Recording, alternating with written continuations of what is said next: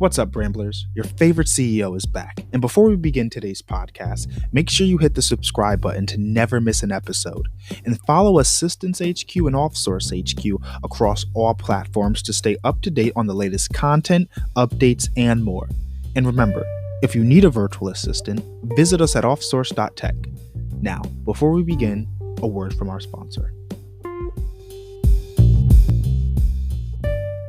Hey guys, welcome back to another wonderful episode of The Ramblings. I'm your host, Angelo Roberts, and I am super excited to have Larry Blackmon here with us, the health insurance helper. We have had a lot of insurance people, but I think, no, I was going to say something wrong. I don't want to stand corrected. But welcome, Larry Blackmon. Introduce yourself. It is absolutely wonderful to have you today. Hey, thank you so much, man. I appreciate you taking time out to have me on. It's no problem. So, Larry, you are a health insurance helper. You deal with specifically health insurance. Why? How?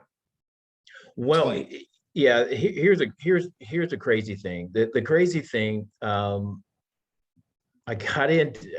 I'll just, if you don't mind, I'll tell you the little backdrop story how I got into it. That's what we prefer over here. Okay. First of all, I do apologize for the blur in the back. I'm in a hotel room. I'm down in Bryan, College Station, Texas. I'm meeting with a group of individuals. So I'm in a hotel. So I was trying to find a great spot, but there's no spot. But anyway, the curtains make it nice. Yeah. So how I got into it was crazy. But here's the thing.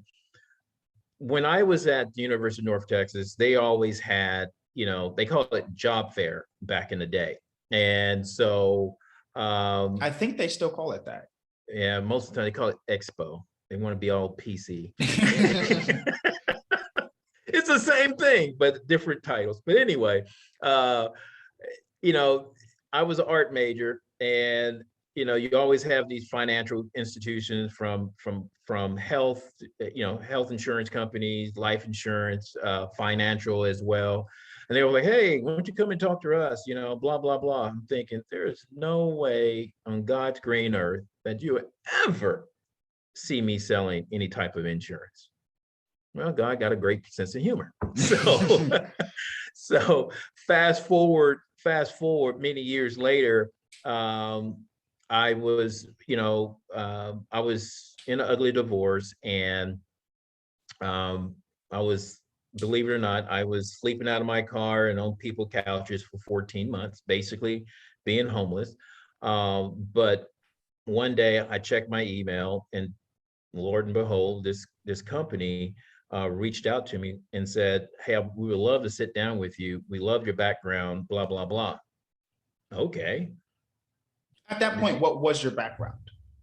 Well, the background, I like I said, I'm an art major, but mainly I did graphic design work. Did the graphic design work, did some marketing.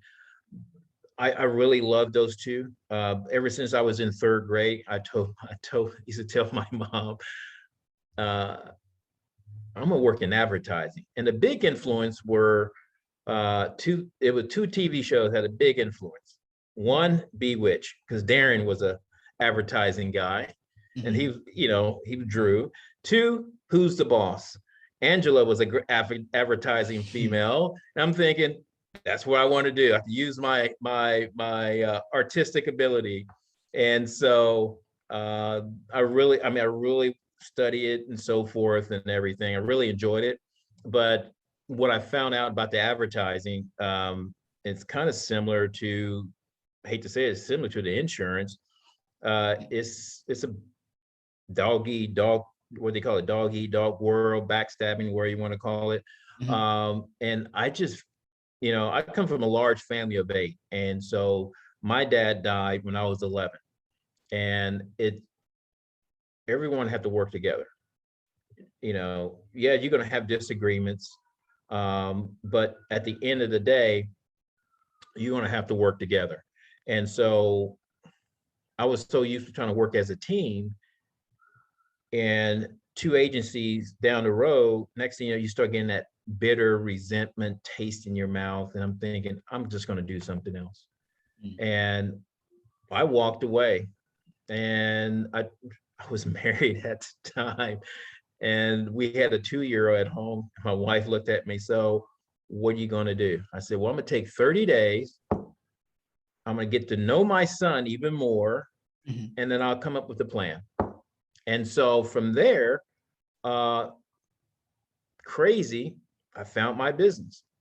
I was hanging out with my son in his room. And so we were on his bean bag looking at Winnie the Pooh. And I kind of looked around all these 4 white walls, and he had a lot of Pooh Bear stuff. He was really into Pooh Bear and the Thousand Acres and everything. And so I just like, and I started mapping things out. And then next thing you know, a week and a half later, he had the 1,000-acre forest in his room. And so that started Go to Your Room, children's murals, borders, and more. Like you hand painted murals in kids' rooms. Yeah, yeah. Well, and then I have to see what some of this art looks like, because the hand painted mural, that's like detailed. Yeah, yeah. It was fun. I mean, to me, it wasn't work, because I used to go to trading cards shows, and if a famous athlete was coming through, I'd do a quick illustration, and I may do some markers to it because I work in a mixed media, and I would throw some, throw some ink in there, throw some markers, pastels, watercolor, anything to enhance it and have them to sign it. Well, I wasn't trying to sell it, but I would just roll them up and put them in a tube, roll them up, put them in a tube. And then once I see a certain frame, I'll go to a frame shop.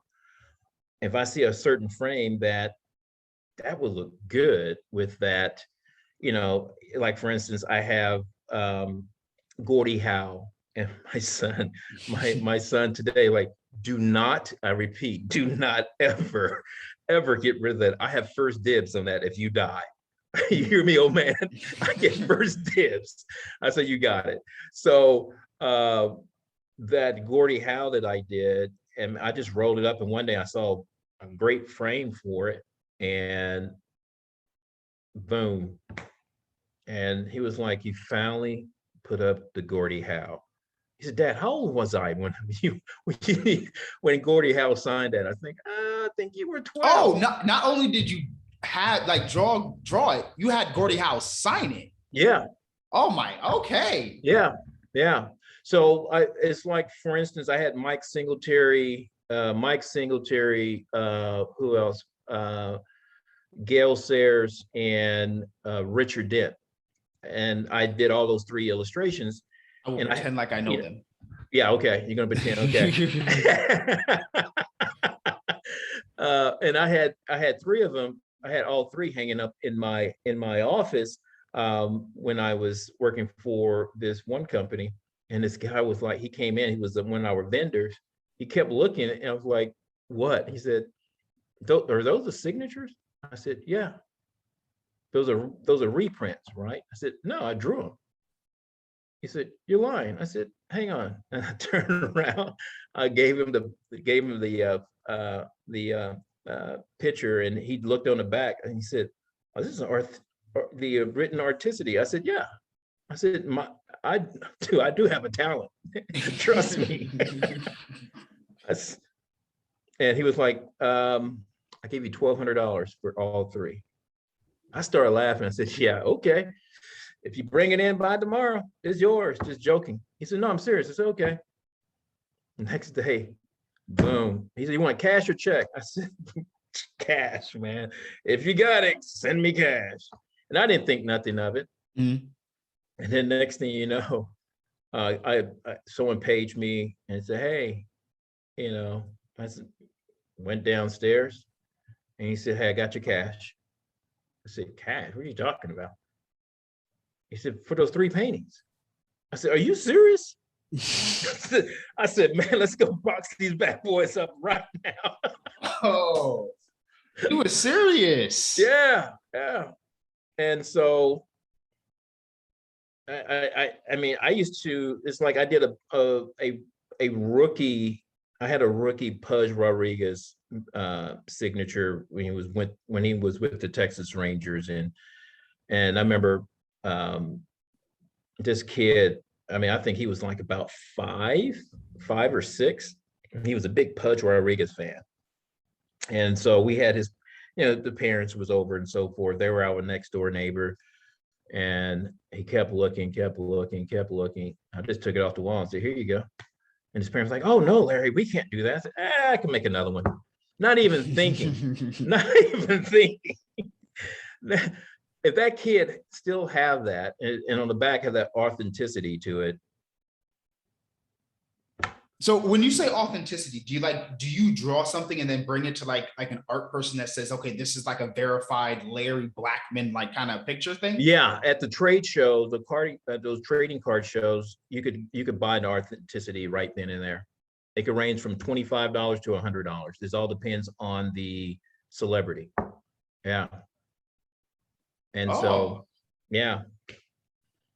So like the Gordie Howe, the Deacon Jones, who else? I can't think of anything off the top of my head, but yeah, like the Emmitt Smith, Michael Irving. I'll think local Cowboys. Michael Irving. Yeah. Oh, big names over here. So how do you go from doing like that in murals and these trade shows and getting these signatures from celebrities to health insurance?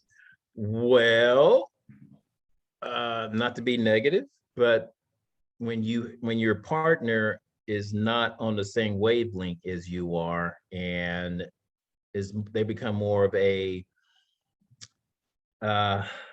what's the word? I'm trying to be nice.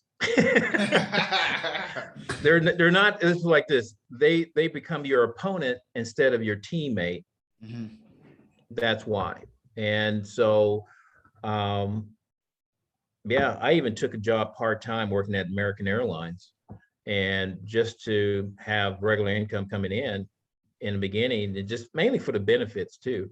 And everything took off, man, so to speak. And in that specialty business, you're going to have down period. My down period was mid November until early February.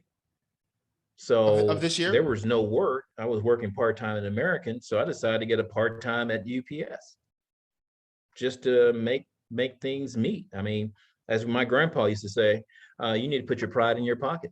So, yeah. So I did that, and then, but the thing is, I think I really wanted. It's like I was trying to tell her, my ex-wife at the time, my wife at the time. I was telling her I have 3 phases. The first phase is just getting my name out there. I'm gonna have to give some work away. That's fine. I don't care. The second phase is trying to get into one of the big 3 malls that is a high clientele, because they won't frown at when they see the work, they won't frown at the price. Because I didn't touch the wall. I started at $500, and some people was like, "You $500? Why $500? You should be charging more." I think, no, I'm just starting off. So my thing was having a place in a mall, but 3/4 of it going to be apparel from infants to toddlers, and then the other quarter of it is going to be the design studio. So you bait them in, and you fry them on the pan right then and there. And so, and it's like trying to explain to her that one storefront is going to be the franchise. Because I said, I'd rather franchise these things out. And so it didn't happen the way I wanted. And so it's just, okay, you just threw that idea out of the way.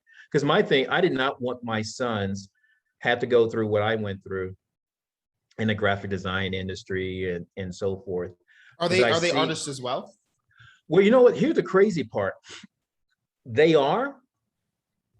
And the crazy part is they were like, I think my work could be a little better. I'm thinking, let's compare.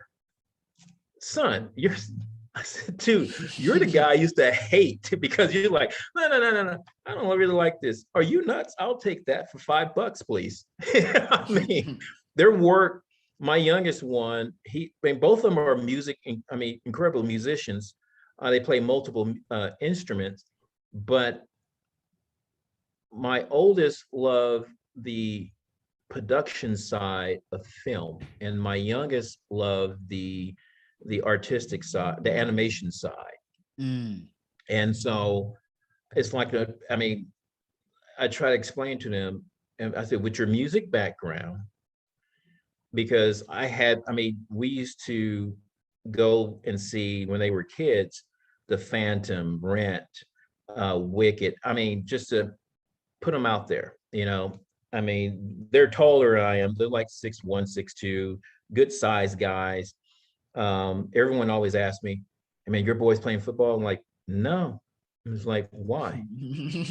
I gave him a choice. I said, if I really wanted to push them, trust me, they would be my meal ticket, but I want them to have their own path. And so if sports was not in their path, so be it. I love it. No big thing. So, and my thing was to make sure that they have the education of what they want, the best education, but they go down to the educational path that they want to choose to go down that path with. But both of them have a great music background, and then but with their production and one doing animation, I said, God, why don't you just used to collaborate? Because when they were kids, after mom and I got divorced, they used to do movies, splice up and do movies and so forth, with acting out with their friends. And I was thinking, I never forget, my oldest one was like, well, I'm thinking about going, you probably might not like it, I'm thinking about going into production, film production. He said, what do you think? Sounds good to me. I said, I'm not gonna be like your grandma. Is there any money in it?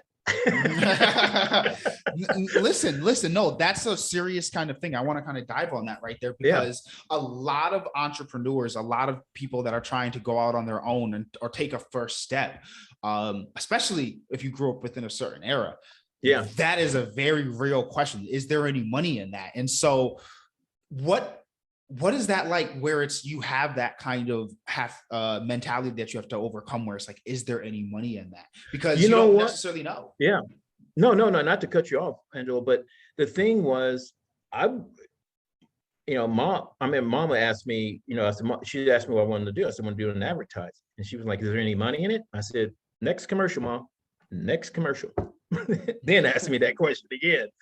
But it was such a joy. I mean, I didn't think about, is there any money of it? Because I figured if you're good and your craft is beyond what anyone have seen, yeah, there's gonna be money in it. I truly believe if you go in like what I did, I stumbled into Go to Your Room. Mm-hmm.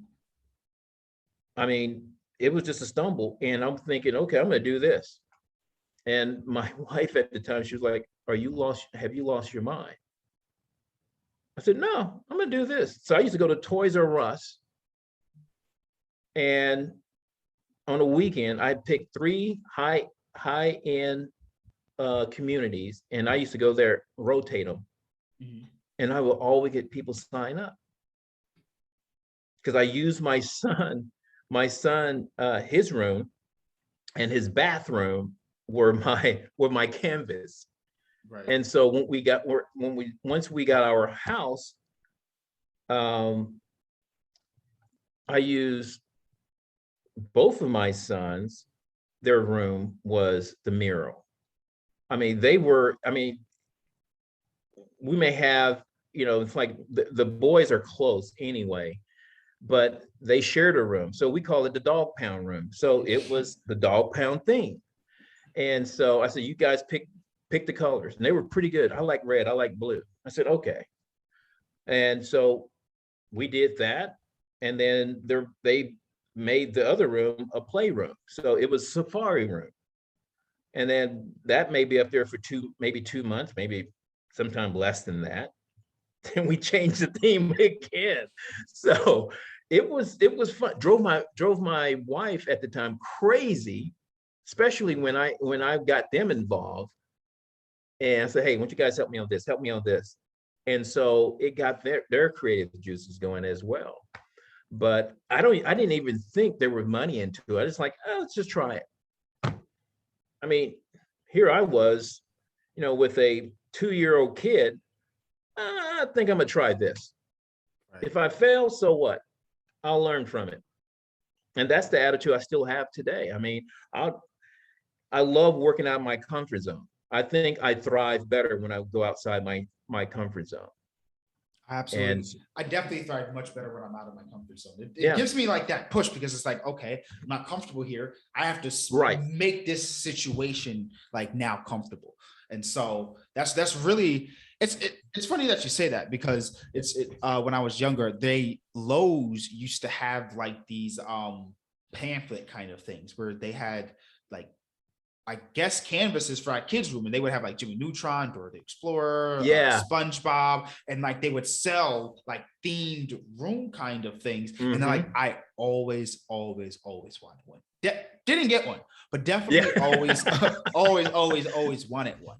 So when you say stumble upon, like, what was the click that said, I'm gonna make a mural out of this? Like, I'm gonna take my craft and then apply it to the wall, where if I saw him drawing on the wall, I might say, "Ooh." Yeah, actually, it was the ooh and ah from the parents, first of all. Well, second of all, the first thing was when the kid when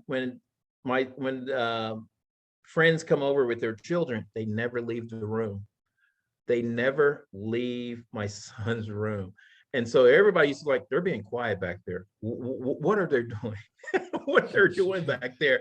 And all of a sudden the parents like, ooh, this is nice. Larry, how much would you charge to do my son's room? And I'm thinking, well, he got a birthday coming up, right? That'd be my birthday gift to him. And so, or one of my like our neighbor, they were twins, and they I mean, I did a mural for them. I mean, they were going through some medical stuff. I'm thinking, what the heck? Let me just do it. Right.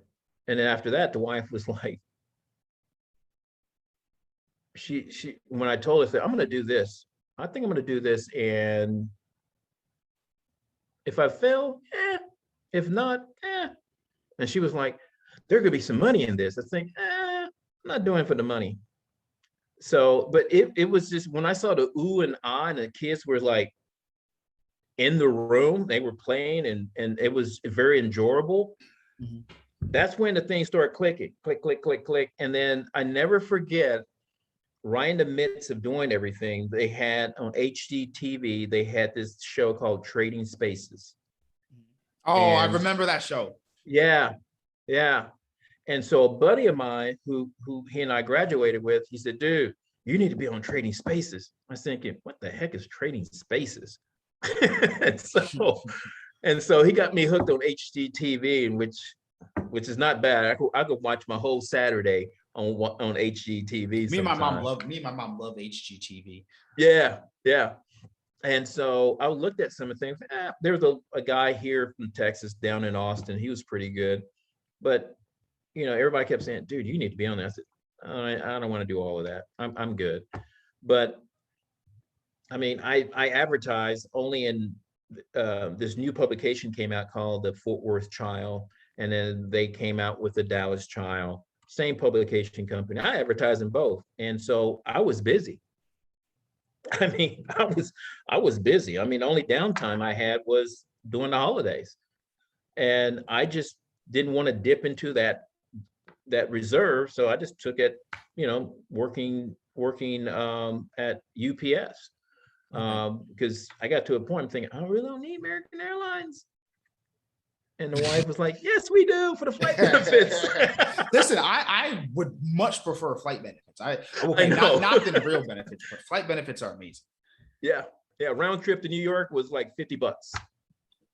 Oh, that's Oh, because you're in Texas. I'm like, New York is right there. Why are we round tripping in New York? Okay, because you're coming from Texas. So Yeah. I want to ask like some parlay, like a parlay kind of question, right? So Yeah. you've learned a lot from like your previous experience in graphic design and your Right. mentality as an entrepreneur. How Mhm. have you taken that and become the entrepreneur you are as as the health insurance helper?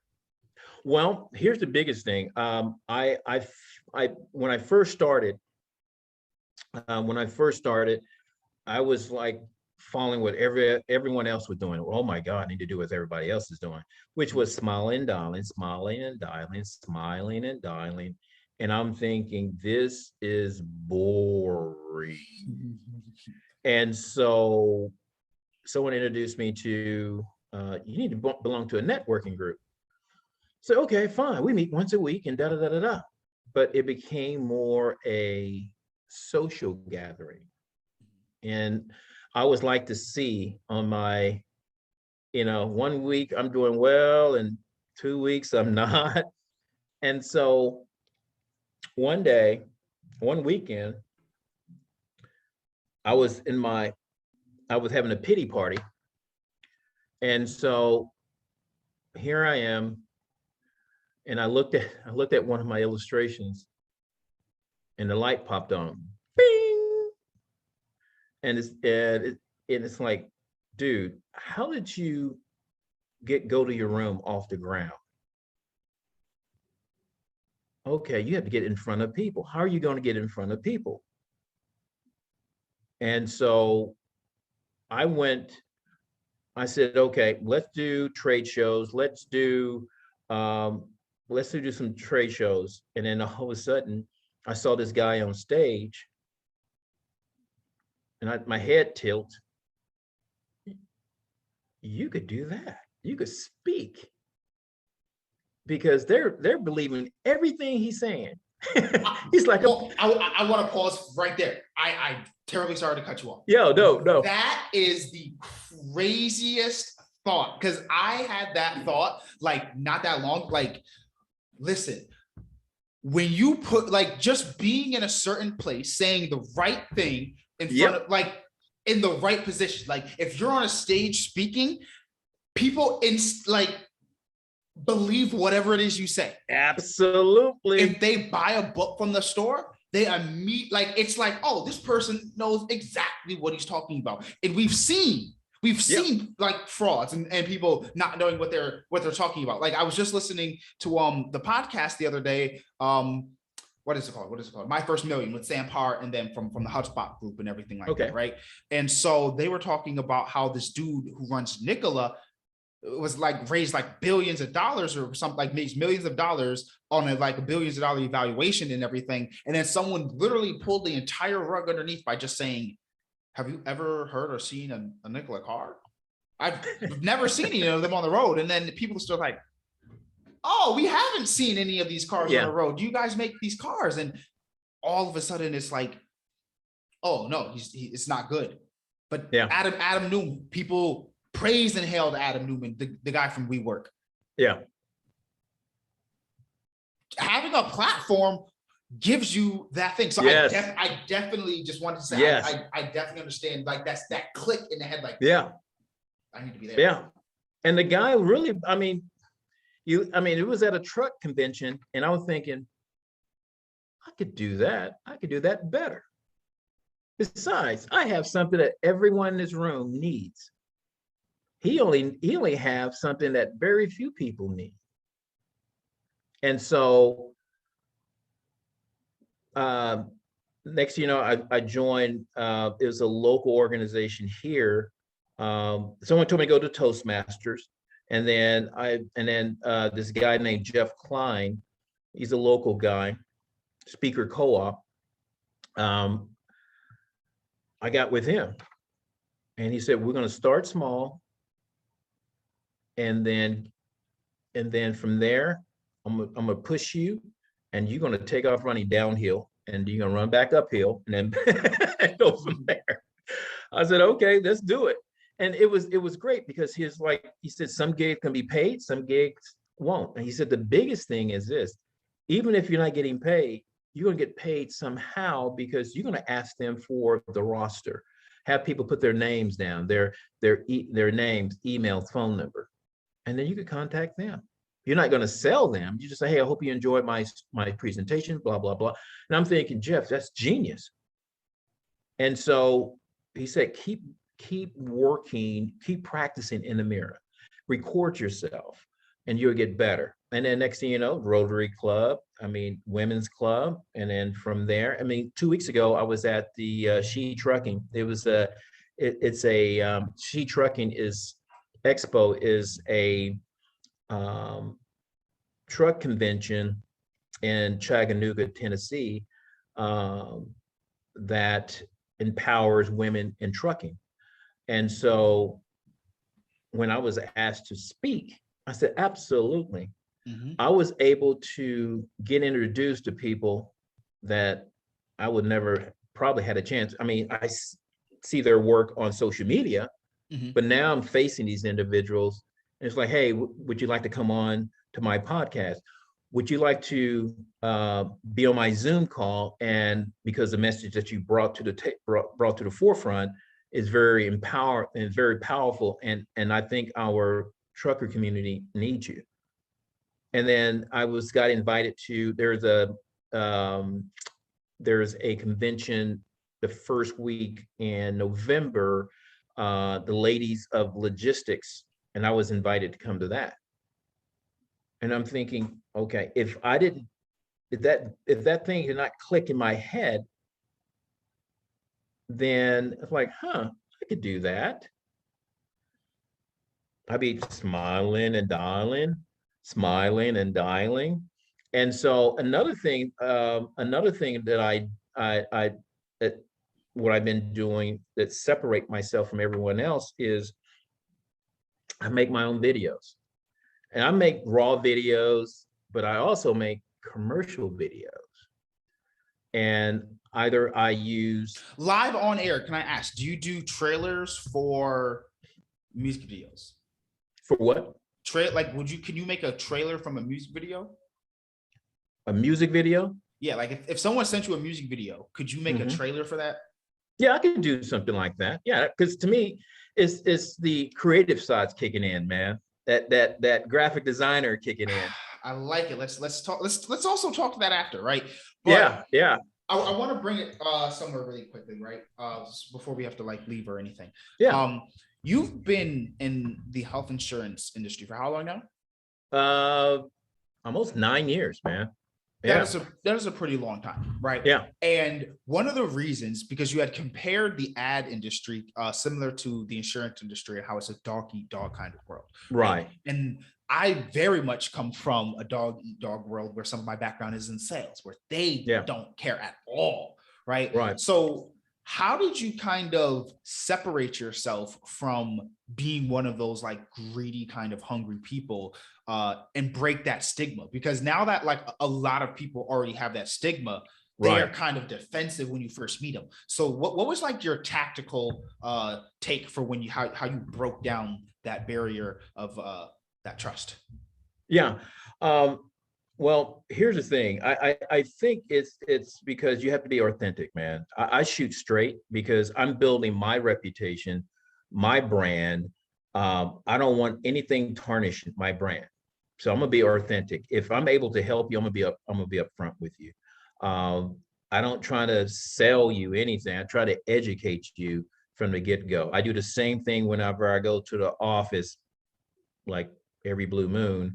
But if I see a new agent and they have that Klingon forehead working of frustration, and I just walk over and say, hey man, what's your name? Nice to meet you. My name is Larry Blackmon. If you can't remember the man, remember the name. Black man, black mud. And they just start cracking up. And all of a sudden, this go away. Mm-hmm. And I said, so what is your strength?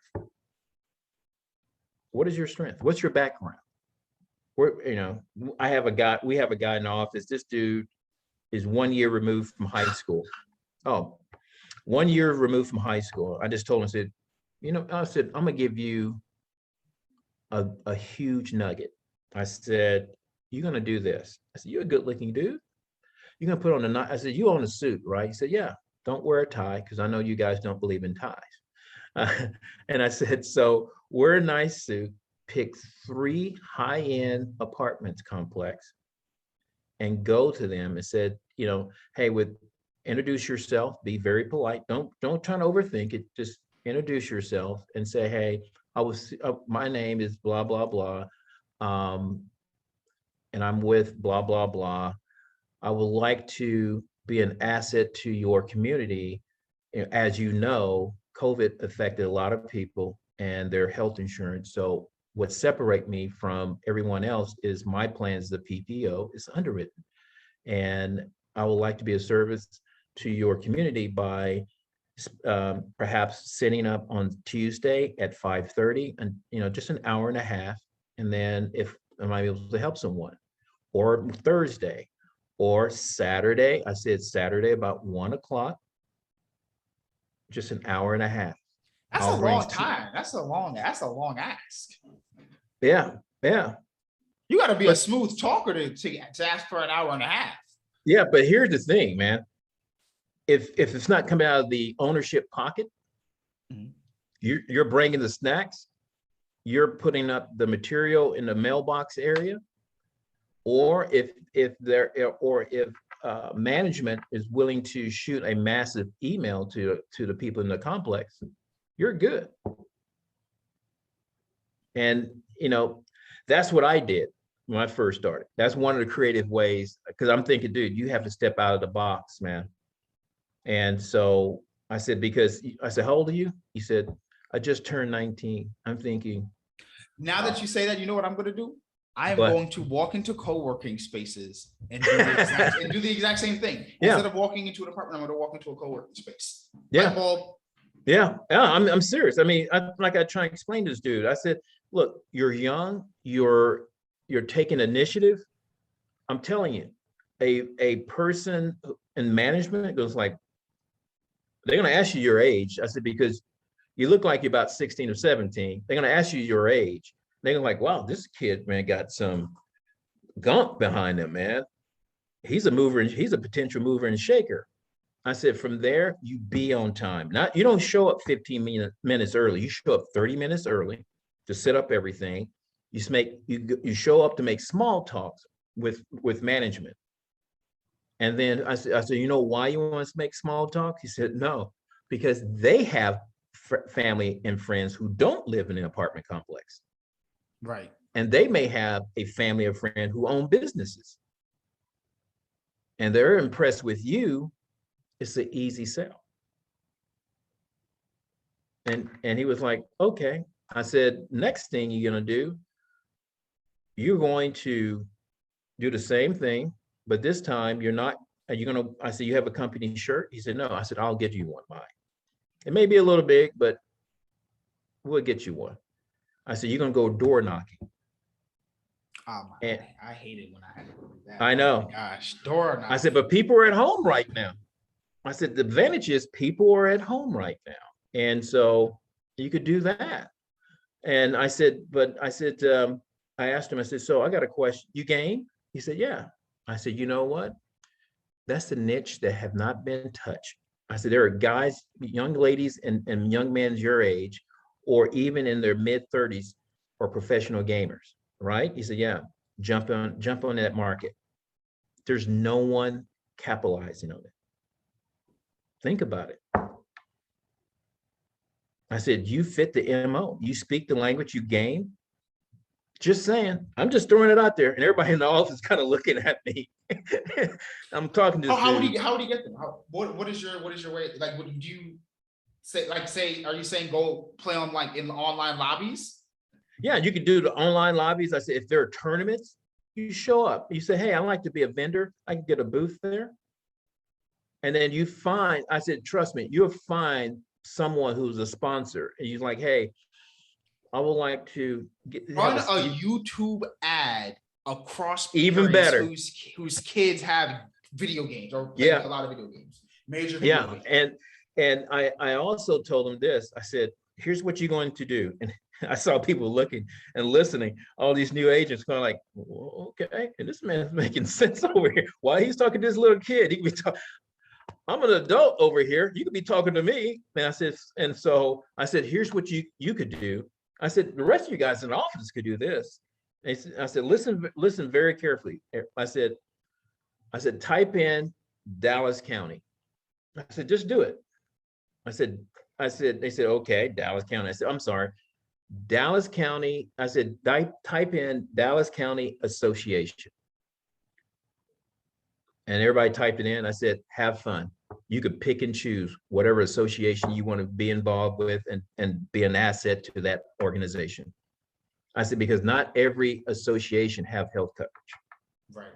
And it was like, you're kidding. I said, you can go the state, like the Texas Association of Texas or Texas Association. Yeah, Texas Association, and you'll see all the association in the state of Texas. Right. And I said, guys, I said, how do you think I had that conversation with the Texas wine grower? They don't have health insurance, but it's going to be a slow process, but I'm pretty sure with me, they're going to have health insurance. I said, just thought of another market. Now that you say that, kids like turning 16 that are going to start driving, because when I turned 16, my mom took a policy out on us. Yeah. Kids turning 16, we're going to start driving. Policies out on them. Yeah.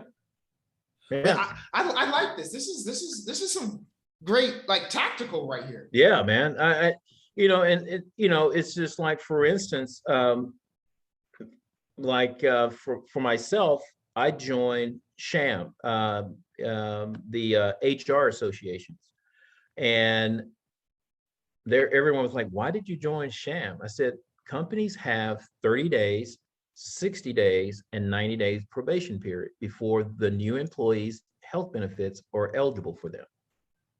I don't want them as my client. I just want to provide coverage until their company benefit starts. And they were like, oh, I said, yeah, oh. I said, but here's the thing. Along the way, if they like you, even though you like them, but they have to like you, they may say, hey, Larry, would you be interested in bidding for our company benefits? Boom, you're in. But if not, if you have a great relationship with Michelle over here, and she said, hey, Larry, I talked to my friend, he's an HR director over at ABC. He's looking for health benefits for his company. Boom. Or I talked to my friend Ashley. She's a senior vice president over at DFG. I told her what you're doing for me. She's interested for her staff as well. Okay. I said, told the guys, I said, here's the thing about SHAM. They give you a 20-minute presentation at a luncheon. I said, what's $150? Right. And you have the director, vice president, and then you have the rest of the staff there. And everybody ears going like, huh? I didn't think about that. Let's talk to this guy. So, and then, like I said, I make videos also working on niches as well. I said, you work in a certain niche. One of my niches that is in chiropractors. I have the privilege of working with Parker University. They send, I'm one of the providers they send students to. That is, so you have a couple of ends. What is your slickest in? Like, what is the end that you had to like, I'm going to work this deal and get this deal? Like, what is your favorite deal closing that you've done? Wow.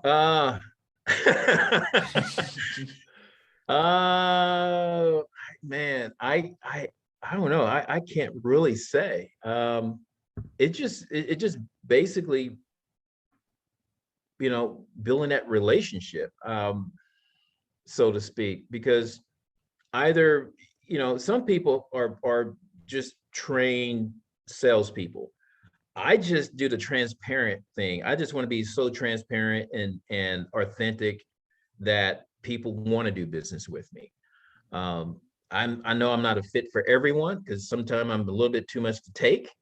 So, but I don't know. I think the trucking industry was the biggest one. Once I got into that, because I was trying to get it with Landstar, and I did a visualization, working with Landstar, visualization, working with the truckers and so forth. And then next thing you know, I kept going. This guy was like, "Hey, there's a truck show, it's pretty large truck show here in Dallas. You should look into." And I'm thinking, okay, I'll do it. And then next thing you know, got in there, set up, and it was one of the best experience, man. And so you start learning the lingo, learning what the drivers go through. You understand their needs, their wants. It's just been, that's the trucker industry have been my bread and butter, hands down. I'm doing this, with Parker University, their students and so forth, they're my advocate for, once they graduate and start their own business, and they would call me and say, "Hey, I'm thinking about hiring this person. How much would that insurance would cost?" That's powerful right there. They're still on the books, a year, 2 years, 5 years after they already graduate. That says something right there. And they referred me to one of their colleagues, and I'm thinking, whoa, okay. So yeah, it's hard to say that, I think it's just, if you want something, you really have to go at it. You don't have to, you don't let anything stop you. If you get knocked down, you come back and then you think, okay, the slingshot doesn't work. So let me try something else. And, you just work, you learn, you learn from it, and then you just evolve. And then once you get that opportunity, you better have a Tom Brady mentality once you get that opportunity. So, and that's what I'm trying to do, man, in the chiropractic, because I got it in the transportation. So it's just been beautiful in transportation. Yeah. Wow. You've really shared a wonderful and beautiful story with us, and it's been amazing to have you. So before we actually have to let you go, give us a shameless plug on where we can find you, any website, social media. Where can we find Larry Blackmon, the health insurance helper? Yeah, you can find me, Larry Blackmon, on LinkedIn. You'll see my mug and my billboard say the health insurance helper. You can find the health insurance helper on Facebook under the health insurance helper, and then as well as Instagram, a health insurance helper. Oh, excuse me. And on Twitter, you could just find me under HIH page on Twitter. So, but yeah, that's where I'm at. It's wonderful. Thank you for coming aboard. Yeah, man. I appreciate this. It's been fun.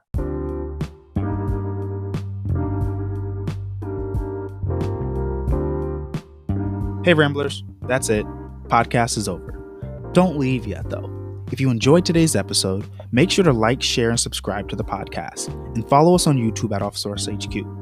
We'll see you next time.